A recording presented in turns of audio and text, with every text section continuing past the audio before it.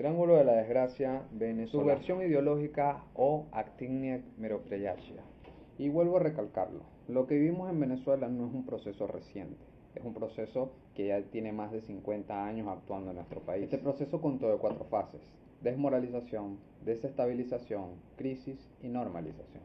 Proceso de desmoralización. Hay mucho para comentar sobre este proceso, pero para ponerlo en palabras simples, es el proceso mediante el cual aquel que quiere subvertir o cambiar las ideas de la nación simplemente tiene que tomar a agentes de la misma nación y educarlos con la nueva moral que intenta ser implantada. Tomar profesores, tomar curas, periodistas, irles enseñando de la ideología, demostrarles que es muy hermosa y luego mandarlos para que sean propagandistas dentro de tu mismo país.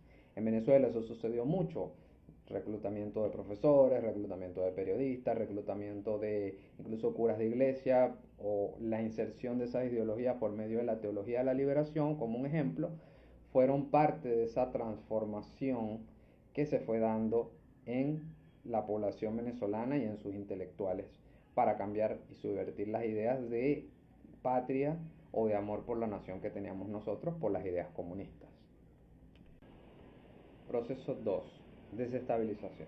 Luego de haber conquistado durante 15, 20 años, dependiendo de la nación, la cuestión de las ideas, ya las personas, son un grupo grande de la población, una masa crítica, ya tiene estas ideas arraigadas. Y lo que sucede es que ha llegado y ha transformado el electorado, porque generalmente esto sucede en sociedades democráticas, que son las que permiten que las ideas penetren. Este electorado va a empezar a votar conforme a estas ideas subvertoras. Entonces ya no les interesa tanto la promoción de las ideas como tal, porque estos mismos subvertores, los que ya han sido subvertidos, se encargan de promoverla, sino que les importa más son las decisiones políticas. Y ahí es cuando viene la parte de la transformación política. Ya como los ciudadanos empiezan a seguir estas ideas, empiezan a votar políticos que sigan estas ideas. Y así se va cambiando de a poco la nación a una nación comunista. Y luego llegamos al proceso de la crisis. Este proceso es muy sencillo de entender, como su nombre lo indica. Luego de que estas decisiones políticas nefastas hicieran daño a largo plazo a la nación, 2 a 5 años, tampoco es muy largo plazo, pero hayan generado un desastre en la economía, obviamente los subvertores culpan de eso al capitalismo, culpan de eso a un agente externo a ellos o contrario a ellos, y de esa manera al entrar en el proceso de crisis, como son quienes han dominado por mucho tiempo la narrativa cultural, periodística y de desmoralización, terminan ellos generando la situación en la cual se presenta un nuevo mesías político, y ese nuevo mesías político va a ser el que va a prometer las soluciones, va a ser el que va a prometer la redistribución de la riqueza, la nacionalización, la destrucción de ese capitalismo que los ha traído a esta crisis. Y el proceso de normalización es obviamente el último y el peor, es cuando ya el líder ha sido elegido. Una vez ese líder ha sido elegido, tiene la base cultural, tiene la fortaleza de la desmoralización de todo lo que ha sido el proceso de propaganda, es un líder que ha sido bien justificado para llegar al poder.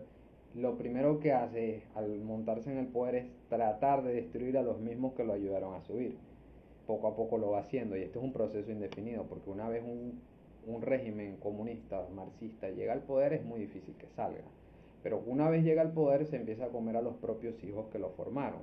Y ahí es donde empieza a formar el estado policial, empieza a reprimir, empieza a hacer todo el proceso que ya conocemos. Y por entender el proceso de desmoralización no permite que tú también cuestiones sus métodos o sus actividades, porque obviamente sería también abrir la entrada a lo mismo que hicieron ellos. Y ahí también se explica el porqué cuando los gobiernos comunistas cometen los peores errores todavía siguen en el poder, porque ellos conocen cómo es el método de subversión y el del cambio de mentalidad política.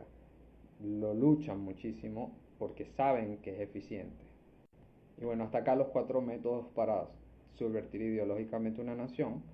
En el siguiente video voy a hablar de los 2 temas que se impulsaron principalmente en Venezuela para subvertirla.